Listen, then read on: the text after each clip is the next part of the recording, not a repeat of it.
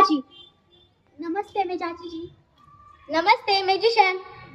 नमस्ते मैं मंत्र। नमस्ते मैं भैया। सृष्टि, आज तुम बहुत बंधन कर आई हो। आज 3 जनवरी बालिका दिवस है ना? अरे हाँ, कल बहन जी ने बताया था सावित्रीबाई फुले का जन्मदिन बालिका दिवस के रूप में मनाया जाता है।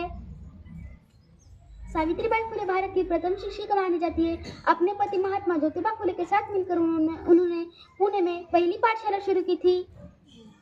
आजकल तो लगभग सभी लड़कियां पाठशाला में जाती है, पढ़ाई लिखाई और अन्य क्षेत्रों में खूब आगे है। हाँ, आज समाज सेवा, शिक्षा, विज्ञान, संगीत, प्रशासन, शोध कार्य आदि हर क्षेत्र में लड़कियां खूब आगे बढ़ रही है। मेरी माँ बताती है, शिक्षा हमें स्वावलंबी और सजग बनाती है।